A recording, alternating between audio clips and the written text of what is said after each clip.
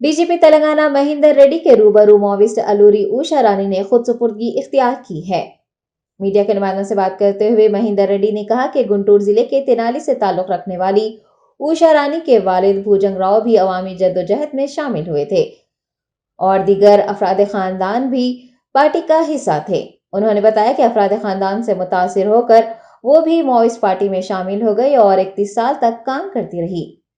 महेंदर रेड्डी ने कहा कि माओइस्ट पार्टी के पास अब मुनासिब क़यादत नहीं है और उसमें शामिल होने वालों के लिए कोई भी नजरियात नहीं है, जिसकी वजह से माओ नवाजों की ये पार्टी खुद ही मुनहदम हो रही है। बताया गया है कि मरकजी कमेटी के 3 अरकान खराबी सेहत के बाद इंतकाल कर गए। मजीद 6 अराकीन ने भी हथियार डाल दिए। तेलंगाना डीजीपी के मुताबिक मजीद माओविस्ट हथियार डालना चाहते हैं। हुकूमत के ताउन से खुद सुपुर्द होने वालों के साथ अच्छा सलूक करने का डीजीपी ने तयखुन दिया है। దాదాపుగా 31 సంవత్సరంలో అజ్ఞాత జీవితాన్ని గడిపి పార్టీలో అంచెలంచెలుగా ఎదిగి దండకారణ్యంలో డివిజనల్ కమిటీ మెంబర్గా పనిచేస్తూ ఈరోజు Aluri Rani alias Vijayakka alias Pochakka alias Bhanu దీది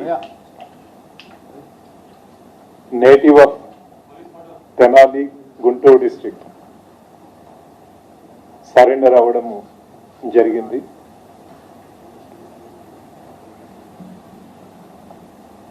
ఆలూరి రాణి ఒక రెవల్యూషనరీ ఫ్యామిలీలో జన్మించడం జరిగింది। తన నేపథ్యం చూసినట్లయితే తండ్రి భుజంగరావు ఒక గవర్నమెంట్ టీచర్గా హిందీ పండిట్గా పనిచేస్తూ తను ఈ విప్లవ రాజకీయాలకు అట్రాక్ట్ అయి 1980 నుండి విరసంలో పనిచేయడం మొదలెట్టాడు। ఈ విరసంలో కొనసాగుతున్నటువంటి సందర్భంలో ఆయన ఇంటి దగ్గర అంటే ఆలూరి రాణి ఇంటి దగ్గర అనేక రకాలైనటువంటి మీటింగ్స్ జరిగేవి। దాంట్లో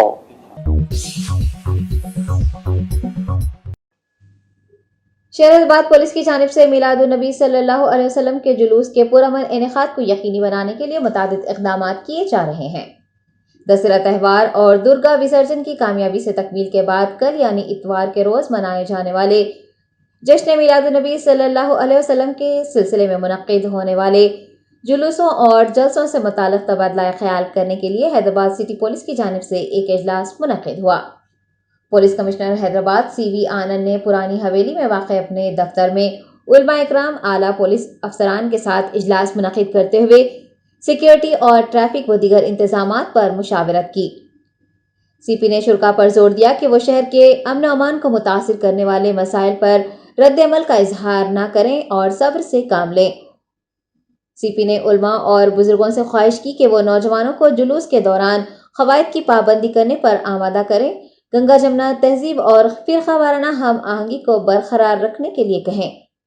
हैदराबाद सिटी पुलिस ने कहा है कि ट्रैफिक डाइवर्जन प्लान्स, पार्किंग के मकामात से आवाम को वाकिफ करवाया जाएगा। ट्रैफिक विंग के सीनियर पुलिस अफसरान जुलूस की कड़ी निगरानी के लिए तैनात किए जाएंगे। हैदराबाद पुलिस कमिश्नर CV आनंद ने सोशल मीडिया प्लेटफॉर्म का गलत इस्तेमाल करने, दूसरों के जज्बात को मजरू या भड़काने पर सख्त कार्रवाई करने का इंतबाह जारी किया है। मिलाद का रैली अलग अलग लोग निकालते हैं, जैसे कादरी चमन से मुर्तज़ा पाशा साहब निकालते हैं और यहिया पाशा दरगाह से सईद कादरी साहब निकालते हैं, तालाब कट्टा से नईमतुल्लाह कादरी साहब, अली कादरी साहब, मूसा कादरी दरगाह से मूसा कादरी खानकाह से निकलते हैं।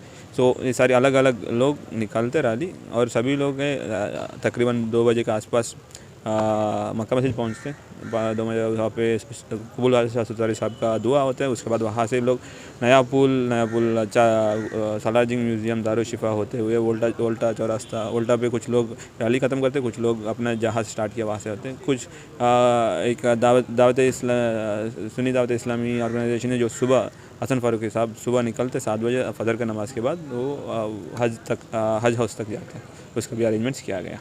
सर कितने लोगों को डिप्लॉय किया सर अभी तक? साउथ जोन पे तकरीबन 400 लोगों को डिप्लॉय किया साउथ जोन पे।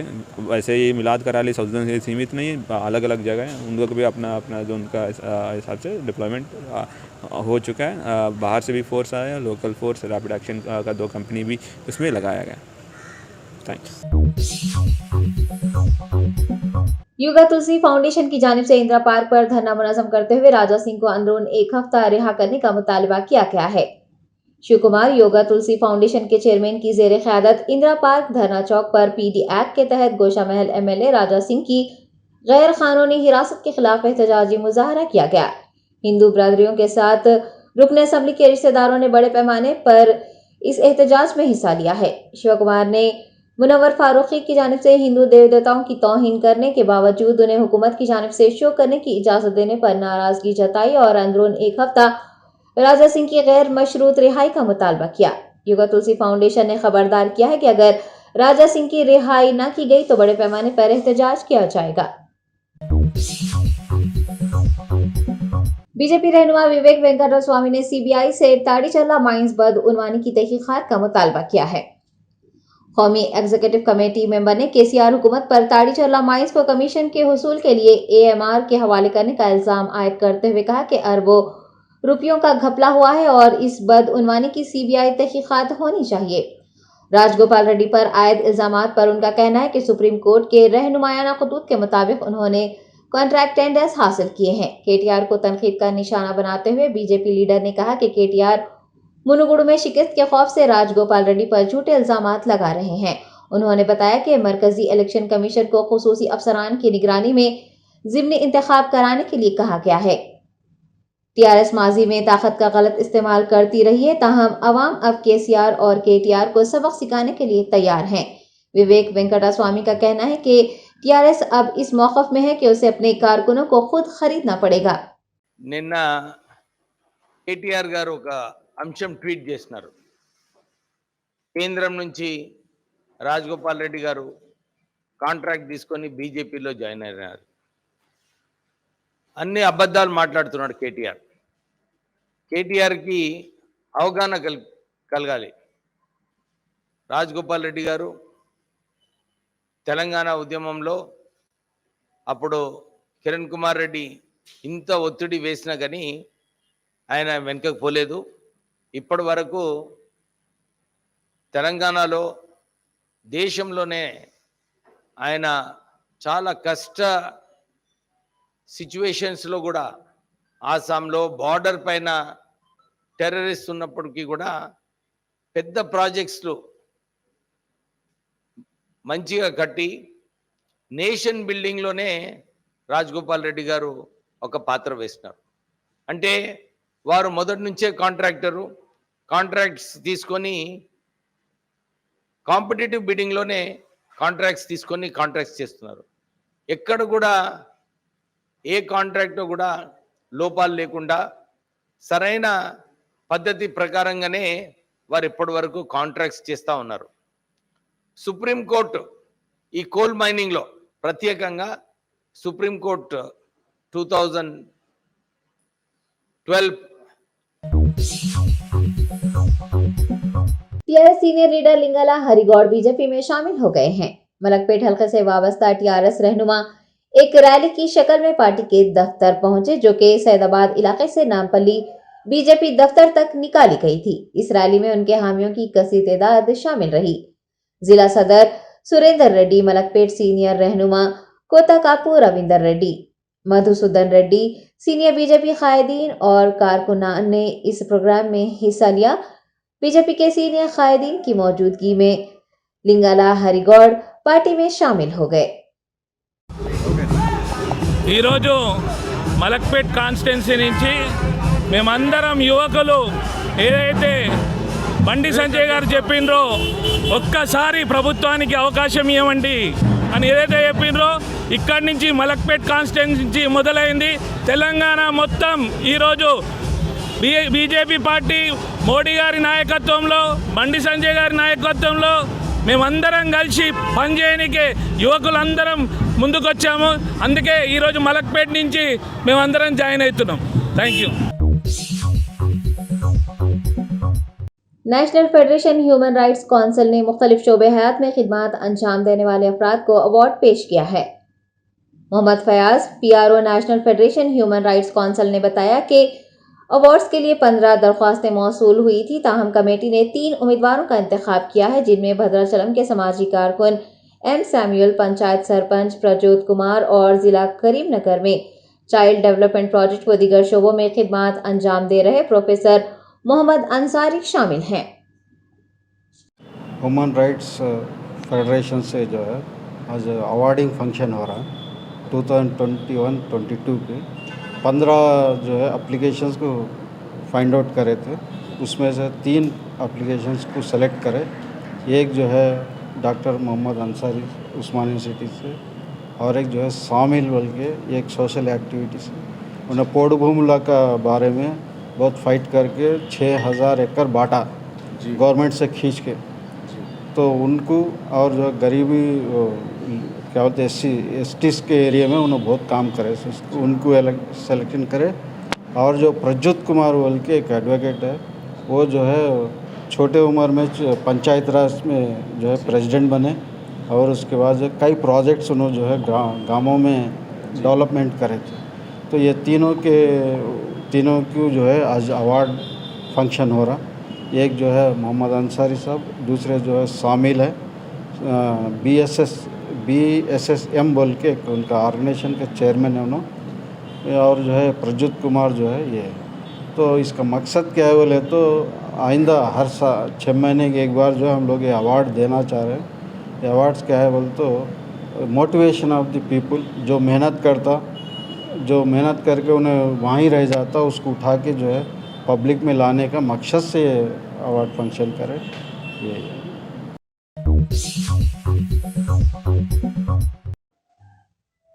कांग्रेस से बीजेपी में शामिल होने वाले कायद राजगोपाल रेड्डी ने IT मिनिस्टर KTR को 24 घंटों के अंदर उन पर लगाए गए इल्जाम साबित करने का चैलेंज किया है। बीजेपी रहनुमा ने TRS वर्किंग प्रेसिडेंट KTR के खिलाफ हतक इज्जत मुकदमा दायर करने की धमकी भी दी है।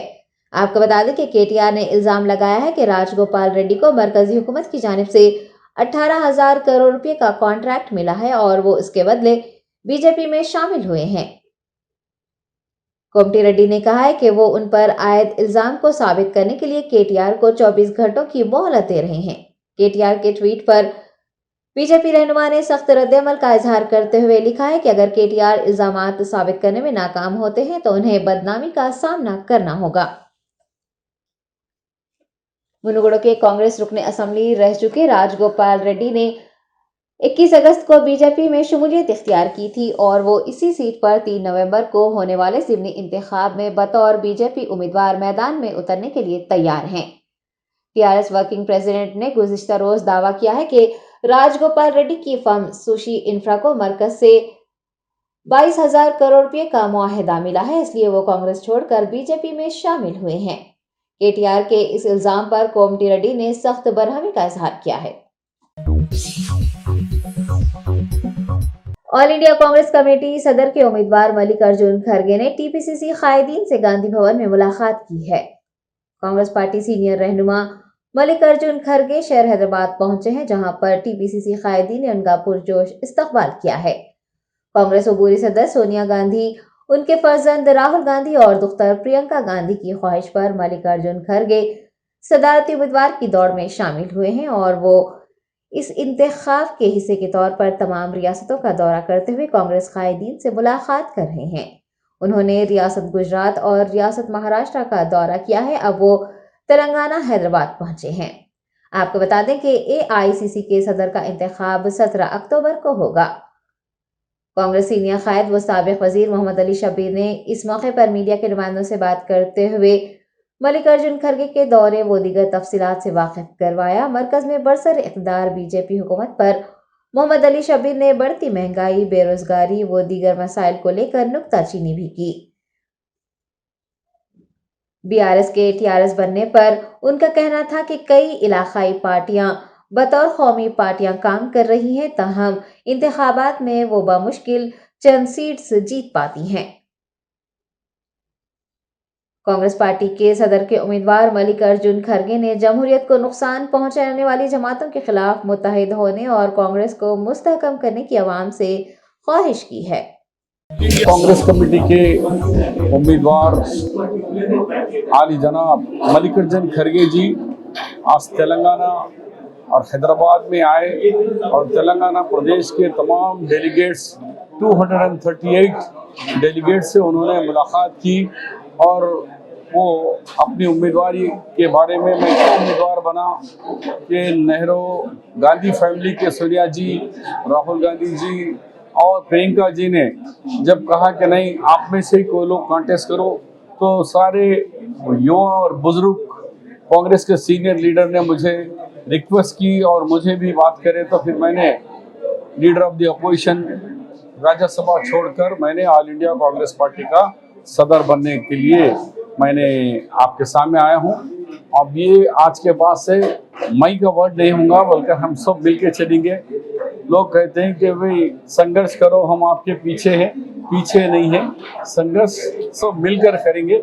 और ये जो मौजूदा सरकार है केंद्र की, वो दोनों मोदी जी और शाह साहब ने सारे व्यवस्थाओं को, चाहे वो ईडी हो, इनकम टैक्स हो, या फिर सीबीसी हो, या फिर सीबीआई हो, ये तमाम एजेंसियों के जरिए मुल्क की जो डेमोक्रेसी सिस्टम है उसको बर्बाद कर रहे हैं।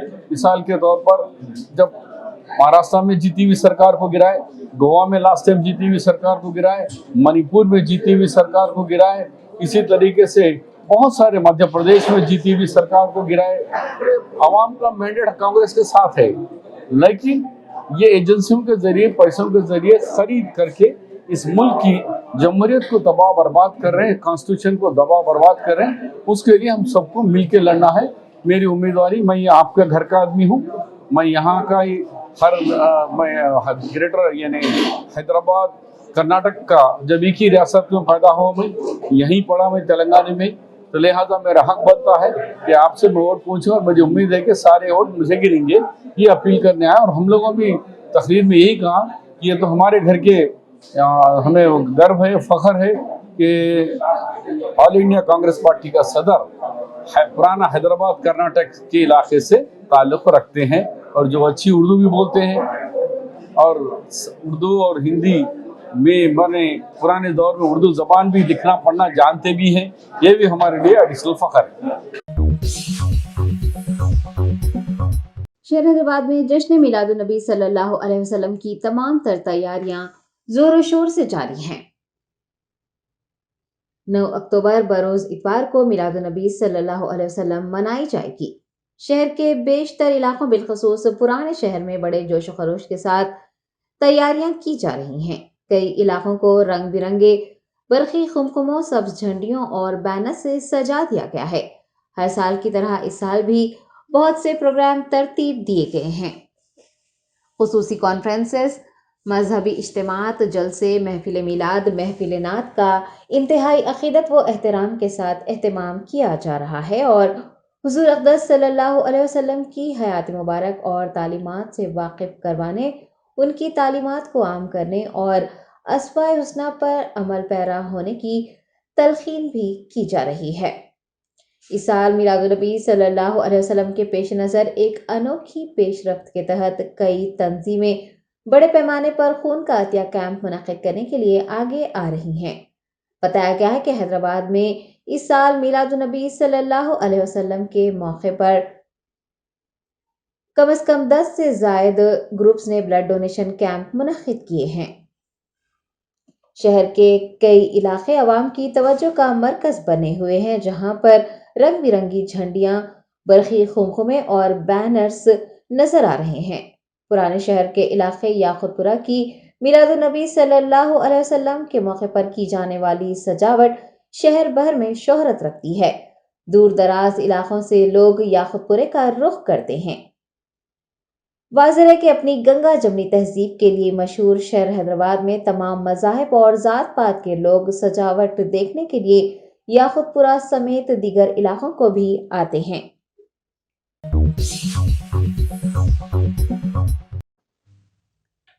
रियासती वजीर जगदीश रेड्डी ने कहा है कि बीजेपी मुनुगुड़ा उम्मीदवार राजगोपाल रेड्डी के खिलाफ वो इलेक्शन कमीशन से रुजू होकर शिकायत दर्ज करवाएंगे। रियासती वजीर ने दावा किया है कि राजगोपाल रेड्डी को 20,000 करोड़ रुपए का कॉन्ट्रैक्ट हासिल हुआ है और वो इसके खिलाफ इलेक्शन कमीशन में शिकायत करेंगे। उन्होंने कहा है कि बीजेपी को तेलंगाना की तरक्की एक आंक नहीं भाती, इसलिए उसने धोखाधड़ी करते हुए ज़िमनी इंतखाब मुनक्किद किए हैं। उनका मानना है कि लोग अच्छी सोच रखने वाली और तरक्की देने वाली पार्टी को मुंतखब करना चाहते हैं। टीआरएस रहनुमा ने यह भी कहा है कि मुनुगुड़ों में अगर बीजेपी जीत जाती है तो आवाम को मोटर्स के लिए मीटर्स दिए जाएंगे और तमाम अशिया की कीमतों में इजाफा भी होगा। टीआरएस पार्टी के जीत जाने पर तमाम जेर इल्तिवा कामों की तकमील करने और तरक्याती काम जारी रखने का वजीर बरकी ने ऐलान किया है। रियासती वजीर वेमुला प्रशांत रेड्डी ने ज़िमनी इंतखाब के हिस्से के तौर पर चोटुपल मंडल का दौरा किया। बालकुंडा हल्के के इंचार्ज वो दीगर कायदीन, कारकुनान और अवामी नुमाइंदों के साथ रियासती वजीर ने एक इजलास भी मुनक्किद किया और इंतखाबात में अपनाई जाने वाली हिकमत अमली पर तबादला ख्याल किया। बाद अज़ां उन्होंने मुकामी कारकुनान और अवाम से भी बातचीत की। इस मौके पर वेमुला प्रशांत रेड्डी ने कहा कि कोमटी रेड्डी राजगोपाल रेड्डी अपने जाती मफादात के लिए मुस्तफी हुए हैं और ज़िमनी इंतखाबात को क़ब्ल अज़ मुनक्किद किया जा रहा है। उनका यह भी कहना है कि तेलंगाना में केसीआर को कौमी सियासत में आने से रोकने की साजिश की जा रही है। वज़ीर आज़म नरेंद्र मोदी और अमित शाह जो साजिशें कर रहे हैं उससे केसीआर खौफज़दा नहीं होंगे। हुकूमत तेलंगाना की नाफिज करदा स्कीमात की सताइश करते हुए रियासती वजीर ने कहा कि इन स्कीमात को पूरे मुल्क में फैलाने की ज़रूरत है। कौमी सतह पर केसीआर की कामयाबी के लिए मुजवज़ा इंतखाबात में उन्होंने टीआरएस को कामयाब बनाने की अवाम से ख्वाहिश की। 2G స్పెక్ట్రమ్ 2007లో 1,70,000 కోట్లకు అమ్ముడు పోయినప్పుడు అవినీతి జరిగిందని మొత్తుకున్నాడు ఇదే మోడీ. 15 సంవత్సరాల తర్వాత 2G కంటే ఇంకా ఎక్కువ మెరుగైనటువంటి 5G స్పెక్ట్రమ్ని 1,48,000కు అమ్ముకున్నాడు ఇవాళ ఆయన దోస్తులకి. 10 లక్షల కోట్లు మింగినరు ఇవాళ మోడీ, అమిత్ షా ఆ 2G 5G స్పెక్ట్రమ్ ఇష్యూలో. అత్యంత అవినీతి పరులు ఆ డబ్బుల్నే ఇవాళ రాజగోపాల్ రెడ్డి లాంటి వాడికి ఇచ్చి ఇవాళ పంపిస్తూ ఉన్నారు. ఆ డబ్బులతోటే వివిధ రాష్ట్రాల్లో ఎమ్మెల్యేలు కొని అక్కడ ప్రజలతోటి ఎన్నికైనటువంటి ప్రభుత్వాన్ని కూల్చాలని ప్రయత్నం చేస్తూ ఉన్నారు. ఈ అవినీతి సొమ్ముతోటి ప్రజలకు అర్థమవుతా ఉన్నది. ఈ బీజేపీ వాళ్లకు డెఫినెట్గా వాత పెడతారు, దాంట్లో ఏం డౌట్ లేదు. రాజగోపాల్ రెడ్డికి డిపాజిట్ కూడా వస్తుందో రాదో అన్న నాకు డౌటే ఉన్నది. కాబట్టి చాలా ప్రజలు అన్నీ అర్థమవుతున్నాయి. టీఆర్ఎస్ పార్టీ కార్యకర్తలు అయితే కేసీఆర్ జాతీయ రాజకీయాల్లోకి పోవాలి, కేసీఆర్ ఈ దేశ నాయకుడు కావాలి, తప్పకుండా ఈ మునుగోడు రిజల్ట్ తోటి కేసీఆర్ని మేము గిఫ్ట్ ఇస్తాము అని చెప్పి ఇవాళ అందరూ కూడా అంటా ఉన్నారు. డి నాగారం గ్రామంలో కూడా కార్యకర్తలు కూడా అదే చెప్తా ఉన్నారు. జై తెలంగాణ, జై కేసీఆర్. हिंदुस्तान में 24 घंटों के दौरान कोरोना वायरस केसेस में 2,797 केसेस का इजाफा हुआ है और 24 अमवात हुई हैं।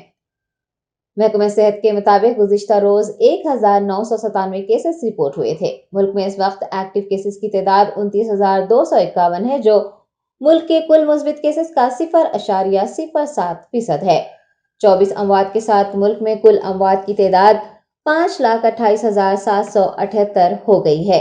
एक दिन में 3,884 मरीजों के सेहत याब होने से मजमूई तादाद 4,40,51,228 हो चुकी है, जिसके नतीजे में हिंदुस्तान की सेहत याबी की शरह 98.7% है।